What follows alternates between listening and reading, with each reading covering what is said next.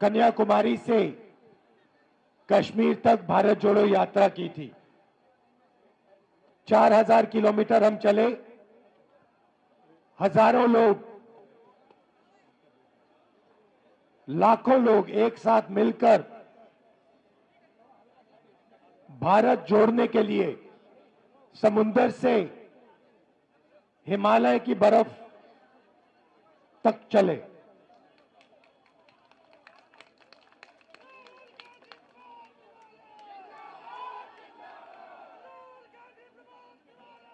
भैया बोलने दीजिए, ये आप नारे बाद में।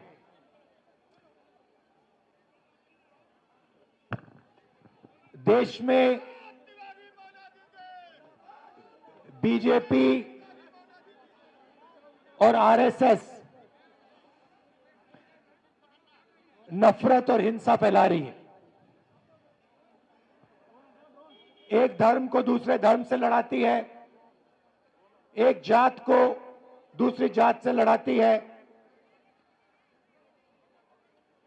और हिंसा देश में फैलाती है। 4000 किलोमीटर में मैंने हजारों युवाओं से, किसानों से, छोटे व्यापारियों से बात की। 7 घंटे हम चलते थे। 15 मिनट शाम को ऐसा भाषण होता था और लोगों ने मुझे सिर्फ 2-3 बात बोली। सबसे पहले, हर प्रदेश में बेरोजगारी, बेरोजगारी, बेरोजगारी, बेरोजगारी, जहां भी आप देखो बेरोजगारी दिखेगी। युवाओं से बात करो, कहते राहुल जी 5-6 लाख रुपए, 10 लाख रुपए हमने प्राइवेट यूनिवर्सिटी और कॉलेजेस को दिया है। हमने सोचा था, ये झंडा हटाइए, हमने सोचा था कि ये जो हमने 5-6 लाख रुपए प्राइवेट कॉलेज और यूनिवर्सिटी में डाला, इससे हमें एक डिग्री मिलेगी और डिग्री से हमें रोजगार मिलेगा। हमने रोजगार पाने के लिए ये शिक्षा ली है। ये कॉलेज की degree, medical degree, legal degree, ये हमने ऐसे नहीं ली, हमने ये रोजगार पाने के लिए ली है। और 5-6 लाख, 10 लाख खर्च करने के बाद हमें पता लगता है कि प्राइवेट कॉलेज और यूनिवर्सिटी वालों ने हमारा पैसा ले लिया, एक कागज हमें पकड़ा दिया और हिंदुस्तान में उस कागज का कोई मतलब नहीं है, क्योंकि उस कागज से हमें रोजगार तो नहीं मिलता। दूसरों ने कहा राहुल जी हम पढ़ते हैं और फिर एग्जाम के दिन पेपर लीक हो जाते हैं और युवाओं के मोबाइल फोन पे हमें दिखते हैं, मोबाइल पे हमें दिखते हैं। मतलब हमने 6-7 लाख रुपए डाले, हमने मेहनत की और किसी चोर ने पेपर चुरा के 100% मार्क ले लिए।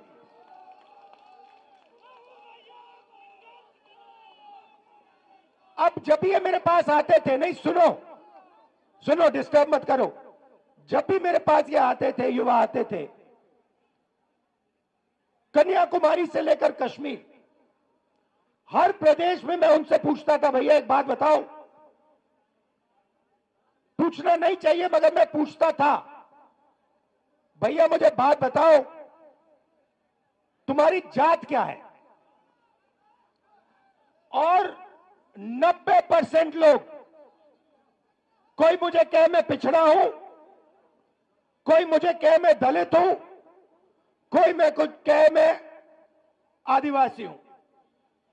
और जब जनरल कास्ट वाला मेरे पास आता था, मैं पूछता था भैया तुम्हारे माता पिता अमीर है या गरीब? वो कहता था गरीब है। तो फिर मैंने पता लगाया। मैंने कहा यहां पे यात्रा में मुझे पिछड़े लोग, दलित लोग, आदिवासी, गरीब, जनरल कास्ट के लोग मिल रहे हैं। मैंने पता लगाया कि भैया ये देश में है कितने? ये देश में 10%, 20%, 30%, 40%, 50%, ये है कितने? सड़क पे तो मुझे यही दिख रहे हैं और कोई दिख ही नहीं रहा। पता लगाया,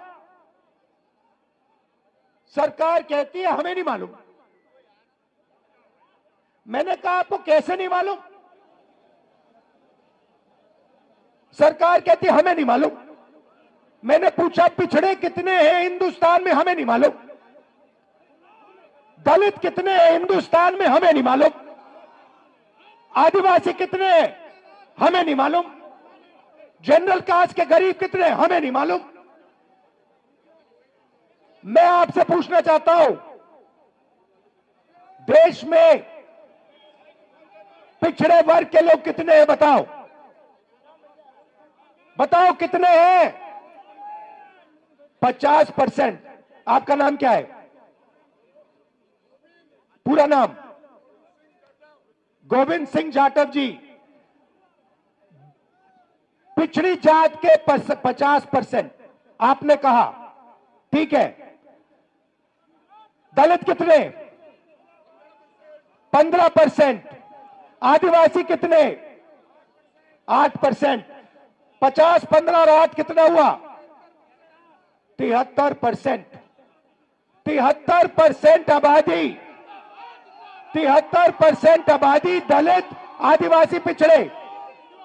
भैया शांत हो जाइए, डिस्टर्ब मत कीजिए। अब यहां मैं भीड़ में पूछना चाहता हूं, यहां पे पिछड़े लोग कितने? हाथ उठा के दिखाओ। ये देखो 50%। दलित कितने? हाथ उठा के दिखाओ। आदिवासी यहां कम है, ठीक है। अब मैं आपसे पूछना चाहता हूं, यहां पे मुझे भीड़ में पिछड़े और दलित तकरीबन 50-60% दिख रहे हैं, ठीक है। अब मैं आपसे पूछना चाहता हूं, हिंदुस्तान की सबसे बड़ी कंपनियों में मैंने मालिकों की लिस्ट निकाली है। 200 सबसे बड़ी कंपनियों की लिस्ट में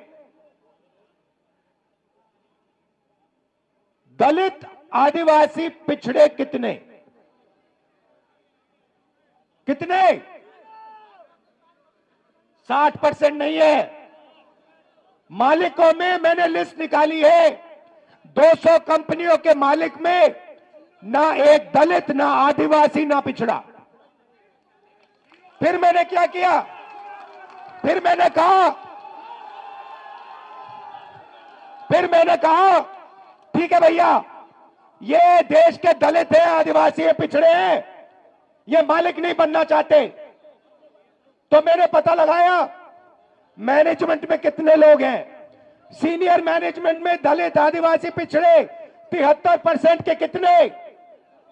बोलो बोलो। 0, एक नहीं है। तो जब आप प्राइवेट अस्पताल में जाते हो, यहां पे किसी का पैर टूटा, जब आप प्राइवेट अस्पताल में गए, आपने पैसा दिया, आपने प्राइवेट कॉलेज में पढ़ाई की, जब आपने प्राइवेट कॉलेज, यूनिवर्सिटी में आपने पैसा दिया, आपने किसको दिया? आपने ना दलित को दिया, ना आदिवासी को दिया, ना पिछड़े को दिया, और ना अपने जनरल कास्ट के गरीब व्यक्ति को दिया। मतलब आपकी जेब में से पैसा निकल रहा है और 2-3% लोगों के जेब में जा रहा है। उन 2-3% में ना गरीब जनरल कास्ट का कोई है, ना आदिवासी है, ना दलित है, ना पिछड़ा है। अब सुनिए, अब आप कहोगे मुझे, देखो हम दलित हैं, हम आदिवासी हैं, हम पिछड़े हैं, आप हमारे लिए सपना देख रहे हो, आप चाहते हो कि कॉर्पोरेट हिंदुस्तान में हम भी जाएं, मगर हम में इस सपने को देखने का दम नहीं है। आप कह सकते हो कि हमने हार मान ली, राहुल गांधी ये सपना देख रहा है, मगर हम में वो क्षमता नहीं है, हम में वो दम नहीं है, हम में वो कॉन्फिडेंस नहीं है कि हम हिंदुस्तान की सबसे बड़ी कंपनियों के मालिक बने। आप कह सकते हो, मैं मानूंगा नहीं, मगर आप कह सकते हो। तो फिर चलो, आप कंपनियों में नहीं हो तो फिर मुझे बताओ, मीडिया में आपके कितने लोग, मीडिया में आपके कितने लोग? अब देखो मैडम, आपका नाम क्या है? हाँ, पूरा नाम? हाँ, नीति तनेजा जी हैं, मीडिया की हैं, ठीक है, ये न्यूज तक कंपनी है। आपका नाम क्या है? पूरा नाम क्या है? रक्षा जी, अभी वहां आऊंगा। अब देखिए, यहां पे माइक, सेल फोन पकड़ी रक्षा यादव है, दिशा यादव, और ये दिशा यादव जो है, ये हिंदुस्तान की सबसे बड़ी मीडिया कंपनी की मालिक कभी नहीं बन सकती है, क्योंकि इसके नाम के पीछे यादव शब्द है। ये नहीं बन सकती है। ये कितना भी पसीना दे दे अपना, कितना भी खून दे दे अपना, ये पिछड़े वर्ग की है, ये हिंदुस्तान की मीडिया कंपनी की मालिक नहीं बन सकती है।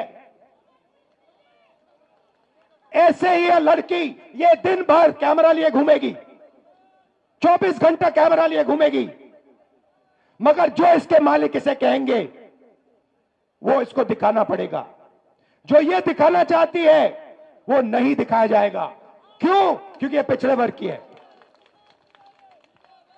मीडिया में आपका कोई मालिक नहीं, सीनियर मैनेजमेंट में, बड़े पत्रकारों में आपका एक आदमी नहीं। अब मैं कहता हूं ठीक है, पिछड़े लोग के, दलित आदिवासी लोग मीडिया में भी नहीं जाना चाहते। चलो मीडिया छोड़ो, प्राइवेट अस्पताल छोड़ो, प्राइवेट यूनिवर्सिटी कॉलेज छोड़ो, मुझे हाई कोर्ट का बता दो।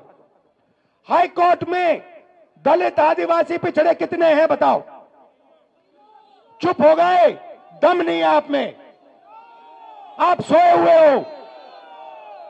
650 हाई कोर्ट के जज हैं, 73% आप लोगों की आबादी है, 100 जज 73% के पास, और वो भी छोटे छोटे।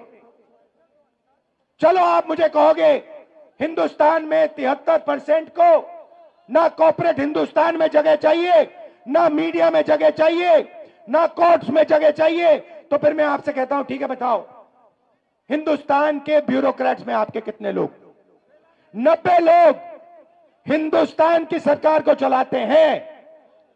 ये नरेंद्र मोदी को वहां पे बैठा रखा है, ये हिंदुस्तान नहीं चलाता। नरेंद्र मोदी के पास 90 लोग बैठे हैं, समझे? बजट बढ़ता है तो ये 90 लोग डिसाइड करते हैं कहां पैसा जाएगा। आपके प्रधानमंत्री को इन चीजों के बारे में समझ नहीं है, उनको नहीं मालूम कि बजट कैसे बनता है, पैसा कहां कैसे जाता है। उनको भाषण देना जानते, वो भाषण देना जानते हैं, वो नफरत फैलाना जानते हैं, भाषण देना चाहते हैं, इसलिए उनको वहां बैठाया गया है। बैठाया किसने? अदानी ने, अंबानी ने, इन लोगों ने। ठीक है, अब सुनिए, 90 लोगों में से आपके बजट का एक एक रुपया ये 90 लोग बांटते हैं। डिफेंस में कितना जाएगा? अग्निवीर योजना होगी या नहीं होगी? नहीं भैया बोलो, जितना बोलना है आपको। नहीं होगी, कुछ फर्क नहीं पड़ता, कुछ फर्क नहीं पड़ता। आप में कुछ दम नहीं है, आप में कुछ दम नहीं है, बोलो जितना बोलना है, कुछ नहीं होगा। अरे भाई सुन लो, समझ लो, समझ लो, समझ लो, आपके दिमाग में बात बैठ नहीं रही है।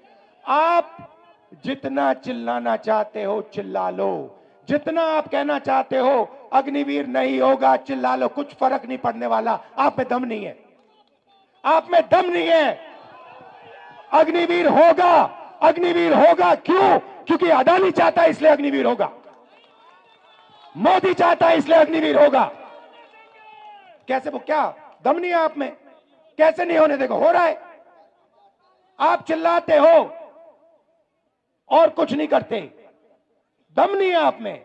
73% में दम नहीं है।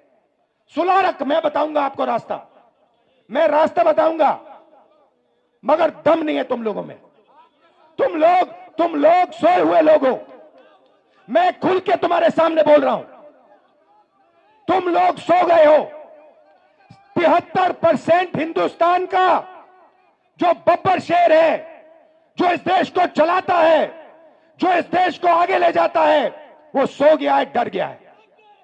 ये देश की सच्चाई है। आप कहो जितना कहना है अग्निवीर नहीं होगा, अग्निवीर नहीं होगा, नहीं होगा। 73% में दम नहीं है। होगा। कैसे नहीं होगा? अदानी ने डिसाइड किया होगा, होगा। नरेंद्र मोदी ने डिसाइड किया होगा, होगा। 90 ब्यूरोक्रेट्स ने डिसाइड किया है, होगा, होगा। दम नहीं है तुम में।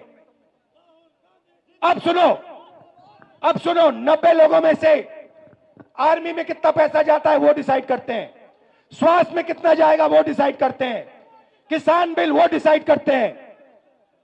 90 में से आपका कितना? 90 में से दलित आदिवासी पिछड़ों की कितनी भागीदारी मुझे बताओ? 90 में से 3 ओबीसी, 3 दलित, 1 आदिवासी, 90 में से 7 आपके। और सुनो, पता कहां बैठे? बड़ी बड़ी मिनिस्ट्री में नहीं बैठे, डिफेंस मिनिस्ट्री में नहीं बैठे, फाइनेंस मिनिस्ट्री में नहीं बैठे। कहां बैठे? छोटे से कमरे में बैठे हैं पीछे। और उनको कहा जाता है तुम लोग चुप हो जाओ, ज्यादा बकवास मत करो, नहीं तो तुम्हारा एसीआर उड़ा दिया जाएगा। एसीआर समझते हो? नहीं समझते। एनुअल कॉन्फिडेंशियल रिपोर्ट, जिससे पिछड़े ब्यूरोक्रेट्स की, दलित ब्यूरोक्रेट्स की, आदिवासी ब्यूरोक्रेट्स की रोज हत्या होती है। एसीआर नाम समझ लो। समझे? चुप हो गए? समझे? अब सुनो, 90 में से आपके 3, आपकी आबादी 73%, 73%, 90 में से 3 आपके। आप जानते हो 100 रुपए में से अगर हिंदुस्तान की सरकार 100 रुपए खर्च करती है, आप जानते हो आपकी कितनी भागीदारी है? 73%। जानते हो? 100 में से 73% की भागीदारी 6 रुपए 10 पैसे। 100 रुपए का नोट दो मुझे, 100 रुपए का नोट दो मुझे। मैं ठीक से समझाऊंगा आज आपको तो समझोगे। 100 रुपए का नोट दो, ये रहा 100 रुपए का। अब 6 पैसे की कोई चीज दो मुझे, 6 रुपए की चीज दो मुझे कोई। 6 रुपए निकालो जेब से। ये लो, ये लो 6 रुपए, ये लो, ये लो, ये लो, ये देखो, ये बजट में से 100 रुपए गए ना। अगर 100 रुपए बजट में खर्च हुए,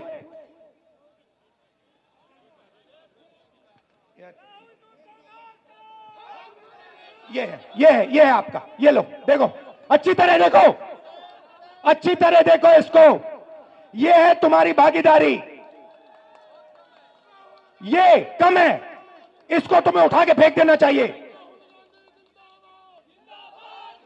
6 रुपए 10 पैसे की भागीदारी है तुम लोगों की। अन्याय है ये। हर रोज तुम्हारे साथ अन्याय हो रहा है। ये लो 100 रुपए। अच्छा अब सुनो, अब सुनो, राम मंदिर का आपने इनॉग्रेशन देखा? देखा? सबने देखा? मुझे बताओ, उसमें आपको अदानी दिखा? दिखा? उसका चेहरा देखा? अंबानी का चेहरा देखा? अमिताभ बच्चन का देखा? ऐश्वर्या राय का देखा? कोहली का देखा? किसी किसान का देखा? किसी मजदूर का देखा? किसी गरीब का देखा? हिंदुस्तान की राष्ट्रपति आदिवासी है। हिंदुस्तान की राष्ट्रपति आदिवासी है। उसका आपने राम मंदिर में चेहरा देखा? क्यों नहीं देखा? क्यों नहीं देखा? किसी दलित का आपने मंदिर में चेहरा देखा? किसी पिछड़े का आपने मंदिर में चेहरा देखा? तो फिर अब मैं आपको बताता हूं, आपने नरेंद्र मोदी का चेहरा देखा। आप कहोगे नरेंद्र मोदी पिछड़े वर्ग का आदमी है, और मैं आपको बताता हूं, नरेंद्र मोदी जब पैदा हुए गुजरात में वो जनरल कास्ट के आदमी थे। गुजरात में 2000 में उनकी जात, घांची जात को ओबीसी में डाला गया था। नरेंद्र मोदी ओबीसी नहीं है, नरेंद्र मोदी जनरल कास्ट के हैं, और नरेंद्र मोदी जनरल कास्ट के गरीब लोगों की भी देखभाल नहीं करते। तो यह मैं आपसे कहना चाहता था। मैं आपसे सिर्फ यह कह रहा हूं, आप अगर नहीं जगोगे, अगर आप अपना हक नहीं लोगे, भूखे मर जाओगे। आपके जो बच्चे हैं ना, मैंने देखा वाराणसी में, रात को मैंने देखा शराब पिए सड़क पे लेटे हुए थे। शराब पिए सड़क पे लेटे हुए थे। डिप्रेशन में है, जानते हैं कि भैया कुछ नहीं होने वाला यहां पे। अब सुनो, अब बात समझो। रास्ता आपने मुझसे पूछा, मैं आपको बताता हूं। सबसे पहले एक ही सवाल आपको अपने आप से पूछना है, ठीक है? सवाल क्या बताओ? मुझे आज, जब आप सुबह उठोगे, चाहे आप किसान हो, मजदूर हो, बेरोजगार हो, आपको अपने आप से एक सवाल पूछना है, और इस बात को आप गहरी तरीके से समझिए, गहराई से समझिए। आपको सुबह उठ के कहना है, ये जो सोने की चिड़िया है, जिसको हम भारत माता कहते हैं, पूरी दुनिया में इसको सोने की चिड़िया कहा जाता है, इस सोने की चिड़िया में से मुझे आज कितना सोना मिला? बस यही सवाल है। आप सुबह उठो, आप किसान हो, आप कहो कि मैंने भारत माता के लिए आज अपना खून पसीना दिया, मेरी माता ने आज मुझे कितना पैसा दिया? यही सवाल है, और कोई सवाल नहीं। अब समझाता हूं आपको।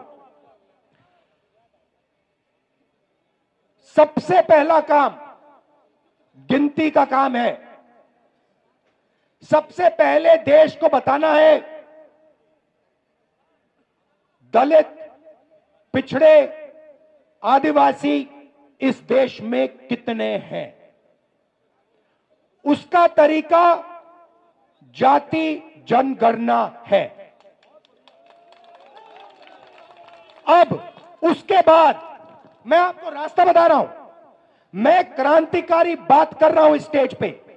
ये आपको हिंदुस्तान के टेलीविजन पे नहीं दिखेगी, क्योंकि टेलीविजन अदानी का है। पहला कदम होगा जाति जनगणना। उसमें जनरल कास्ट के कितने गरीब हैं, बैकवर्ड कितने हैं, दलित कितने हैं, आदिवासी कितने हैं। उसके बाद जाति जनगणना के साथ इकोनॉमिक, आर्थिक सर्वे। उसके बाद पता लगेगा कि पिछड़ों के पास इस देश का इतना धन है, गरीब जनरल कास्ट के पास इस देश का इतना धन है, अमीर जनरल कास्ट के पास, अरबपतियों के पास इतना धन है, पिछड़ों के पास, दलितों के पास, आदिवासियों के पास इतना धन है। और जिस दिन वो ऐसे ऊपर लिख दिया जाएगा, उस दिन सारे के सारे बब्बर शेर जग जाएंगे। यह रास्ता है। अब जब मैंने जाति जनगणना की बात की, गिनती की बात की, नरेंद्र मोदी जी स्टेज पे जाते हैं, भाषण देते हैं, ऐसे कहते हैं, भाइयों और बहनों, भाइयों और बहनों, देश में सिर्फ दो जात हैं, एक गरीब है और एक अमीर है। देश में जात नहीं है। अरे भाई, अगर जात नहीं है तो तुम ओबीसी कैसे बन गए? जब जाति जनगणना का समय आया तो नरेंद्र मोदी ओबीसी शब्द को भूल गए। जब पैसे का सवाल आया तो नरेंद्र मोदी ओबीसी शब्द भूल गए, पिछड़ा शब्द भूल गए, कहते हैं दो ही जात है। नोटबंदी की, ये जो सब दुकानदार हैं, इनको बर्बाद कर दिया, किसानों को मार दिया, तब ओबीसी थे। जीएसटी लाए, पिछड़ों को मार दिया, तब ओबीसी थे। 14 लाख करोड़ रुपए उन्होंने अदानी जैसे लोगों का कर्जा माफ किया, तब ओबीसी थे। मैंने जाति जनगणना की बात की, सोने की चिड़िया की बात की, धन को बांटने की बात की, तो सिर्फ दो जात है, नरेंद्र मोदी ओबीसी नहीं है। आप ही बात समझिए। और मैं आपको बता रहा हूं, ये मीडिया वाले कुछ भी कर लें, कोई भी कुछ कर ले, इस तूफान को नहीं रोका जा सकता। ये आज नहीं तो कल 73% जग जाएगा। वो आस्ते आस्ते जगेगा। जब वो जगेगा, जब उसको सच्ची चोरी समझ आएगी, तब इस देश में क्रांति शुरू हो जाएगी, तूफान आ जाएगा। आखिरी बात आपसे कहना चाहता हूं। आपका नाम क्या है? हाँ, ऋषभ। क्या ऋषभ सिंह, ऊपर आओ।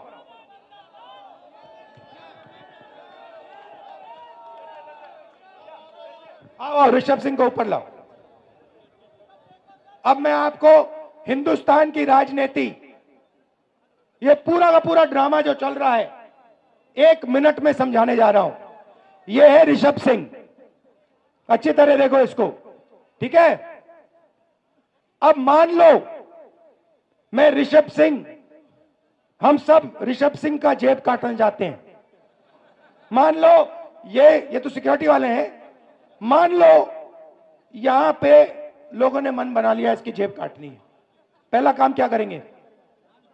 पहला काम कहेंगे, वो ऋषभ उधर देख, उधर देख, वो देख पाकिस्तान, उधर देख, ओए इधर देख, वो देख अमिताभ बच्चन, उधर देख, ओए वो देख ऐश्वर्या राय, ओए उधर देख, वो एक क्रिकेट। पहला काम ये है। फिर ऋषभ सिंह उधर देखेगा, उधर देखो, ये पीछे से बंदा आएगा, जेब काट लेगा, ठीक है? इसका नाम अदानी। वो जो ये कर रहा है उसका नाम मोदी। और तीसरा यहां पे एक बंदा खड़ा रहेगा, भैया एक मुझे एक डंडा देना जरा। हाँ ये दो, डंडा दो। और तीसरा यहां पे एक पीछे होगा, एक पीछे होगा, वो अदानी, एक मोदी कहेगा इधर उधर देखो। और ये तीसरा यहां पे डंडा लिए खड़ा होगा, ऐसे ऐसे ऐसे डंडा लिए खड़ा होगा। अगर किसी ने उल्टी सीधी बात की तो डंडा। Amit Shah, ED, CBI, income tax, police, ये सब। मैं काशी मंदिर गया, बात समझो आप। मैं काशी मंदिर गया, मैं शिव को मानता हूं। मैं काशी मंदिर गया, वहां पे पुलिस वालों ने क्या किया, वहां पे पुलिस वालों ने क्या किया, सारे मोबाइल फोन हटा दिए, सारे मोबाइल फोन हटा दिए, एक मोबाइल फोन अंदर नहीं आने दिया। क्यों? क्योंकि वो नहीं चाहते कि राहुल गांधी की शिव मंदिर के अंदर फोटो दिख जाए। उसके बाद वाराणसी में सारा का सारा सेलफोन का जो नेटवर्क है उसको डाउन कर दिया। लोग मतलब वीडियो ले रहे हैं, वो वीडियो ना फैलाएं। आप देख लेना, ये जो मैंने भाषण दिया ना, मीडिया में नहीं दिखेगा, आपको दिख नहीं सकता। ये सोशल मीडिया में फैलाओ आप, सोशल मीडिया में दिखेगा, मीडिया में नहीं दिखा। अच्छा, सोशल मीडिया को भी वो अमेरिका से कंट्रोल कर रखा है। तो ये मैं आज आपसे कहने आया था, मेरा काम 73% को हिंदुस्तान की सोने की चिड़िया का धन दिलवाने का है। धन्यवाद। और धन्यवाद ऋषभ जी, नमस्कार, जय हिंद, भारत जोड़ो, जोर से भारत जोड़ो, भारत जोड़ो, भारत जोड़ो। नफरत के बाजार में मोहब्बत की दुकान खोलो।